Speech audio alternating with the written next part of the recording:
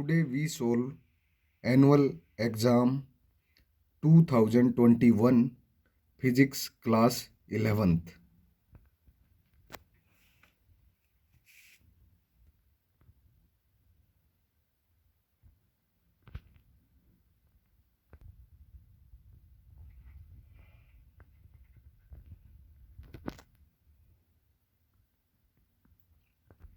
Exam में 35 marks के objective type question आए थे।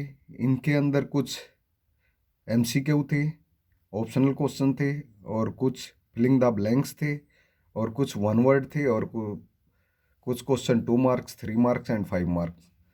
लगभग कंप्लीट पेपर का सॉल्यूशन आपके सामने होगा, सभी देखते रहें। अब हम सोल्व करते हैं 11th class question number first question के 35 पार्ट थे। फर्स्ट क्वेश्चन हमारा पूछा गया है, which of following is not fundamental unit. सभी को पता होंगी, टोटल फंडामेंटल यूनिट 7 थी। इसके अंदर करंट की एम्पियर, टाइम की सेकंड और मोल मैटर ऑफ सब्सटेंस। बच गया हमारे पास जो नहीं है, पूछा गया है, इसका आंसर क्या हो जाएगा, वाट। क्या हो गया इसका आंसर आपका, वाट। क्वेश्चन नंबर फर्स्ट का जो आंसर हुआ हमारे पास क्या मिल गया, नॉट फंडामेंटल वाट। उसके बाद हम आते हैं नेक्स्ट क्वेश्चन नंबर 2 के अंदर क्या है, क्यूब की साइड दे रखी है मेजरमेंट और इसके अंदर वॉल्यूम बताना था हमें। क्या बताना है, वॉल्यूम। ठीक है, तो इसका आंसर क्या हो जाएगा आपका, 6 हो जाएगा। इसके अंदर जनरल फॉर्मूला हमारा लगेगा,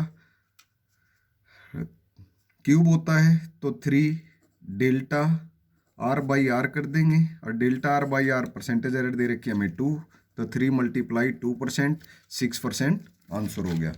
उसके बाद हम आते हैं क्वेश्चन नंबर 3 पे। क्वेश्चन नंबर 3 हमारा है, डायमेंशन फॉर्मूला पूछा था, MLT-1। फोर्स का आपने निकाला होगा, पावर का भी निकाला होगा, टॉर्क का भी निकाला होगा, सभी का अलग अलग निकालोगे, खुद ही पता चल जाएगा। जो डायमेंशन होता है MLT-1, ये किसका है, मोमेंटम।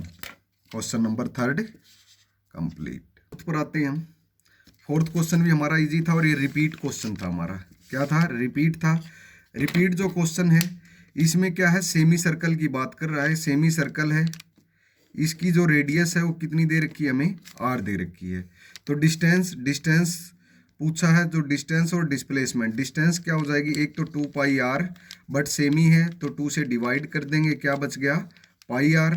और डिस्प्लेसमेंट क्या हो जाता है आपका, डिस्प्लेसमेंट जो होगा शॉर्टेस्ट पाथ यानी 2r, तो पाई r अपॉन 2r, r से r कैंसिल, क्या हो गया, पाई बाई 2। और ये क्वेश्चन क्या है, इसी चैनल पर आपको पहले भी मिल जाएगा, ये पिछले पेपर में रिपीट क्वेश्चन आया हुआ है हमारा, पाई बाई 2 इसका आंसर है। और उसके बाद नेक्स्ट क्वेश्चन है, नेक्स्ट क्वेश्चन में पूछा गया हमारे पास में, distance travelled by a particle is directly proportional to the square of the time taken, the acceleration of the particle क्या रहेगी, कांस्टेंट रहेगी। और ये कांस्टेंट क्यों रहेगी, इसका रीजन बताता हूं मैं अभी आपको, ध्यान से सुन लेना सभी। डिस्टेंस कह रहा है, डिस्टेंस क्या होता है, एस, डायरेक्टली प्रोपोर्शन किसके कह रहा है, स्क्वायर ऑफ टाइम, यानी टी का स्क्वायर हो गया। उसके बाद अगर ये प्रोपोर्शनलिटी हटाएंगे तो प्रोपोर्शनल की जगह के, प्रोपोर्शनलिटी कांस्टेंट टर्म के मान लिया, के टी स्क्वायर।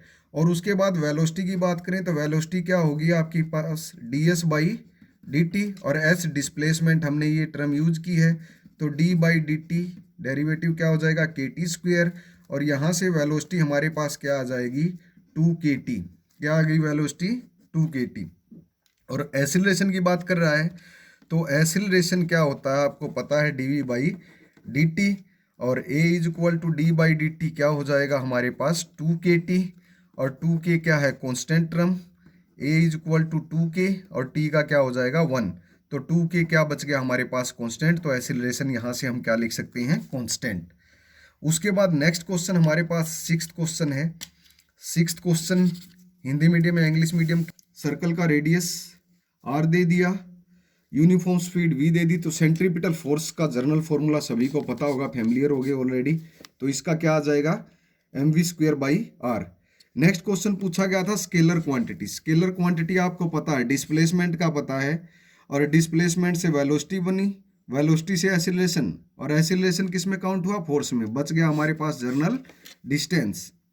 नेक्स्ट क्वेश्चन है हमारे पास, क्वेश्चन 7th हो गया, 6th हो गया, अब क्वेश्चन नंबर हम आ जाते हैं 8th पर। टू ऑब्जेक्ट दिए हमें ए एंड बी, मासिस दे दिया 2 kg एंड 10 kg, ठीक है, और are moving same velocity. Velocity क्या है, सेम, मोमेंटम का रेशियो बताना था। मोमेंटम क्या होता है, mass into velocity, P1 M1 V तो हमारे पास सेम ही है, P2 क्या हो जाएगा M2 V, और इनको डिवाइड कर देंगे, रेशियो बताना था। वेलोसिटी से वेलोसिटी कैंसिल, क्योंकि दोनों क्या है सेम, तो ये ऊपर 2 रह गया और नीचे क्या दिया है मास 10, तो 1/5, 1:5 इसका हमारा क्या हो गया, आंसर हो गया। उसके बाद नेक्स्ट है क्वेश्चन नंबर 9th की बात करते हैं हम। 9th में फ्रिक्शन फोर्स मैक्सिमम पूछा है। मैक्सिमम क्या है, स्टैटिक फ्रिक्शन है और एडजस्टेबल फ्रिक्शन है, तो स्टैटिक फ्रिक्शन क्या हो गया हमारा, मैक्सिमम फ्रिक्शन। उसके बाद नेक्स्ट क्वेश्चन है क्वेश्चन नंबर 10।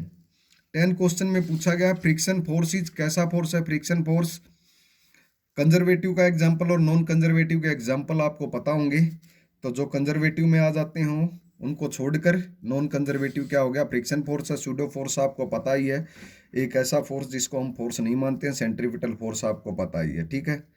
उसके बाद नेक्स्ट 11th क्वेश्चन पे आ जाते हैं। 11th question perfectly in elastic collision की बात करेगा, तो मोमेंटम तो क्या रहता है, कंजर्व्ड रहता है, बट काइनेटिक एनर्जी इसकी नॉट कंजर्व्ड होती है परफेक्ट इन इलास्टिक कोलिजन के अंदर। फिर नेक्स्ट 12th क्वेश्चन पे आ गए। 12th क्वेश्चन का अगर रिलेशन की है आपने, तो इसका जो आंसर होगा वो क्या हो जाएगा, 2/5 mr²। उसके बाद क्वेश्चन नंबर 13 है। 13 क्वेश्चन में लीनियर वेलोसिटी v और एंगुलर वेलोसिटी ओमेगा में रिलेशन बतानी थी। इजी है बिल्कुल, v = r ओमेगा, करने की जरूरत नहीं है। उसके बाद क्वेश्चन नंबर 14 है। 14 क्वेश्चन के अंदर क्या कह रहा है, बॉडी एंटायर, देखो वैसे तो आपने रिलेशन निकाल ली होगी, यहाँ पर डायग्राम भी बनाया है। ये कोई अर्थ है, अर्थ की रेडियस क्या मान ली हमने, कैपिटल R मान ली, और ये अर्थ के बाहर एक ग्रेविटेशनल फील्ड है, इसकी रेडियस हमने R मान ली। यहाँ से इसके अंदर एंटर कर रही है, तो पोटेंशियल एनर्जी निकालोगे ना, तो इसके अंदर जो डिस्टेंस होगा वो नेगेटिव आएगा, और नेगेटिव किसको रिप्रेजेंट करेगा, आपको डिक्रीज को रिप्रेजेंट करेगा। तो इसका आंसर क्या हो जाएगा हमारा, विल बी डिक्रीज। उसके बाद नेक्स्ट क्वेश्चन आते हैं हम, value of young modulus of elasticity for a perfectly rigid body, क्या हो जाएगा इसका, इनफाइनाइट। क्या होगा, इनफाइनाइट। उसके बाद आ गए क्वेश्चन नंबर 16। 16 के अंदर कांस्टेंट वॉल्यूम की बात कर रहा है, किसके अंदर होता है, आइसोकोरिक के अंदर। जर्नल क्वेश्चन काफी आसान आसान भी आए थे क्वेश्चन हमारे एग्जाम के अंदर। 17 क्वेश्चन पे आ गए। क्वेश्चन नंबर 17 है हमारा, mean kinetic energy of molecule of any gas at absolute temperature T is proportional to, क्या हो जाएगा आपका, T रहेगा, ठीक है। उसके बाद नेक्स्ट क्वेश्चन नंबर 18। तो 18 के अंदर time period of particle simple harmonic, आपको पता है T किसके इक्वल होगा आपका, T = 2π√L/g, L as a displacement, G as a acceleration due to gravity. इसका आ गया हमारे पास आंसर नंबर फर्स्ट। यदि कोई भी क्वेश्चन जल्दबाजी में गलत हो जाता है तो उसको आप खुद ही ठीक कर लेना, वैसे मैक्सिमम आंसर आपको करेक्ट ही मिलेंगे। नंबर 19 पर आ गए हम। 19 क्वेश्चन के अंदर platinum iridium cylinder kept in the Paris पूछा, मास की बात कर रहा है, तो ये किसकी डेफिनेशन है, किलोग्राम की डेफिनेशन है, ठीक है। Kilogram is defined as. उसके बाद आते हैं क्वेश्चन नंबर 20। 20 के अंदर किसकी बात कर रहा है, angle of projection projectile cover the same horizontal range, ये एक न्यूमेरिकल भी था, ठीक है। तो यहाँ पर ये 30 है, तो ये क्या आ जाएगा 90 - थीटा, ये आ जाएगा 60। Next, using ball bearing sliding friction can convert, क्या हो जाएगा आपका, रोलिंग फ्रिक्शन में, किस में हो जाएगा, rolling friction. Capacity of doing work किसको डिफाइन करता है, एनर्जी को। उसके बाद यूनिवर्स के अंदर की बात करें तो एवरी अदर पार्टिकल पर अट्रैक्ट फोर्स लगता है, और इस फोर्स को हम क्या नाम देते हैं, यूनिवर्सल ग्रेविटेशनल फोर्स या ग्रेविटेशनल फोर्स का नाम दे देते हैं। उसके बाद एक ये डेफिनेशन थी, किसके बारे में बताता था, एंगल ऑफ कॉन्टैक्ट। क्या है ये हमारा, angle of contact. Question number 24। 25 आएगा हमारे पास, 1 कैलोरी ऑफ हीट किसके इक्वल होगी आपकी, 4.18 जूल के इक्विवेलेंट। उसके बाद नेक्स्ट जो आएगा हमारे पास, number of degree of freedom पूछा था, मोलिक्यूल ऑफ मोनोएटॉमिक। तो आपके पास डिग्री ऑफ फ्रीडम का formula 3n-r, r is equal to क्या होता है 0 और n इज इक्वल टू 1। तो यहाँ से हमारे पास इसका आंसर क्या आ जाएगा 26 का 3 आ जाएगा। ठीक है, इसके अंदर आएगी आपकी रेजोनेंस वाइब्रेशन, या रेजोनेंट भी लिखा मिल सकता है, क्वेश्चन नंबर 27। तो अभी तक आपने क्या देखा, लगभग 18 तक तो थे हमारे ऑप्शन टाइप, उसके बाद 19 से 27 थे blanks question.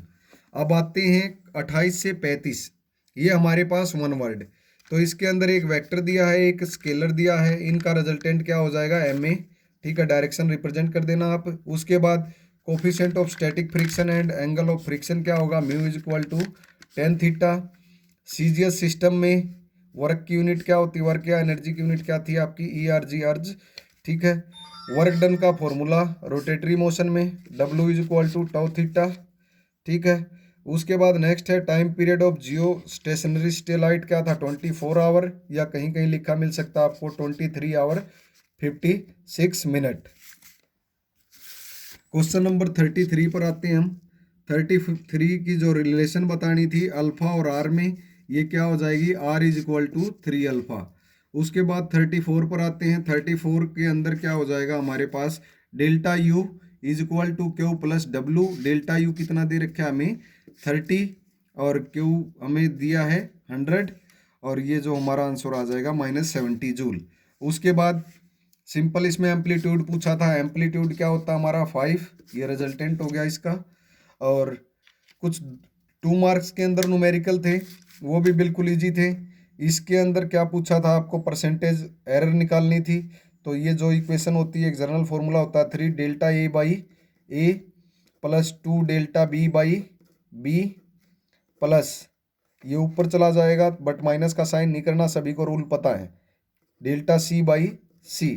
3 as it is, delta A by A दे रखा है इन्होंने, मल्टीप्लाई 1%, 2 डेल्टा बी बाई दे रखा है 2%, plus delta C by C दे रखा है इन्होंने 3%, 3, और ये हो गया आपका प्लस 4% प्लस में 3%। तो ये टोटल जब इसको सोल्व करोगे 10% रिजल्ट आ जाएगा हमारे पास। ठीक है, एक्स की जो वैल्यू होगी, बिल्कुल इजी न्यूमेरिकल। ये भी दे रखा था, एफ जो है फोर्स दे रखा था, डिस्प्लेसमेंट दे रखी थी, वर्क डन निकालना था। तो डब्लू आपको पता है, इन दोनों की मल्टीप्लाई करनी थी। जर्नल आई डॉट आई आए तो क्या होता है हमारे पास 1, जे डॉट जे 1, के डॉट के 1, बाकी सभी को हम 0 लिखते हैं। तो हम इसकी मल्टीप्लाई कर लेंगे 3 और 5 की, तो 15 आ गया हमारे पास। और आई डॉट आई 1 हो जाएगा, और जे जे की कर लेंगे। बाकी पूरा जिसने सोल्व करके कट पिट किया होगा वो भी ठीक है, नहीं तो इजी मेथड है, 4 4 की करोगे 16 आ गया, जे जे 1 और 5 3 15 आ गया, 15 से 15 कैंसिल, आंसर आ गया इसका 16 जूल। ठीक है, उसके बाद नेक्स्ट पूछा था postulate of kinetic theory of gas. इसके बारे में आप बहुत सारे पॉइंट पता होंगे, गैसों के बारे में, वो रिजिड शेप होती है, और गैसों के जो बीच में स्पेस होता है मॉलिक्यूल के बीच में, वो भी ज़्यादा होता है। कई पॉइंट आपने याद किए होंगे, इसको लिख सकते, 2 मार्क्स का था, 2 या 3 पॉइंट लिख सकते थे इसमें। उसके बाद नेक्स्ट है ड्रॉ एसिलेशन टाइम ग्राफ। तो इसके लिए आपको इस तरह ग्राफ ड्रॉ करना था, अप एंड डाउन, और यहाँ पर ये टाइम को रिप्रेजेंट करेगा, ये एसिलेशन को, और एसिलेशन की जो वैल्यू होगी होगी π²/2। और या इसको हम ये लिख सकते हैं, acylation is equal to ω²A, और आगे आप इसको एक्सप्लेन कर सकते हो। ठीक है, 6th क्वेश्चन। 7th क्वेश्चन है। 7th क्वेश्चन एंगुलर प्रोजेक्टाइल से रिलेटेड था, ये 3 मार्क्स का था। टाइम ऑफ फ्लाइट निकालना था, निकाल लिया होगा सभी ने। लिमिटिंग फ्रिक्शन की डेफिनेशन थी, question number 8th। Question number 9th, centre of mass of system 2 body particle के लिए एक्सप्रेशन देनी थी। 5 क्वेश्चन 2 मार्क्स में थे। सेकंड ला पूछा गया था थर्मोडायनेमिक्स का 3 नंबर में। फिर उसके बाद 3 मार्क्स में ही escape velocity of body from the earth पूछी गई थी। ठीक है, लगभग सभी क्वेश्चन बिल्कुल ईजी हैं। उसके बाद 12th क्वेश्चन में बर्नौली थ्योरम काफ़ी बार रिपीट हुआ है पेपर में, लगभग जब से HBSC द्वारा एग्ज़ाम कंडक्ट किया जा रहा है, बोर्ड के द्वारा स्कूलों में भेजे जा रहे हैं, बर्नौली थ्योरम लगभग हर बार एग्ज़ाम के अंदर पूछी गई है। उसके बाद ये क्वेश्चन नंबर 13 है हमारे पास, obtained expression of A time period of simple pendulum, ये भी मैक्सिमम बार रिपीट है। ठीक है, लेसन नंबर 10 है। ठीक है, ओसिलेशन का SHM सिंपल हार्मोनिक मोशन से रिलेटेड। ठीक है, ये लगभग हमारा पेपर था, और एक इसके और में ये में था, और ओवरऑल पेपर ठीक था बोर्ड का। लगभग सभी स्टूडेंटों ने अच्छा अटेम्प्ट किया होगा। Thank you.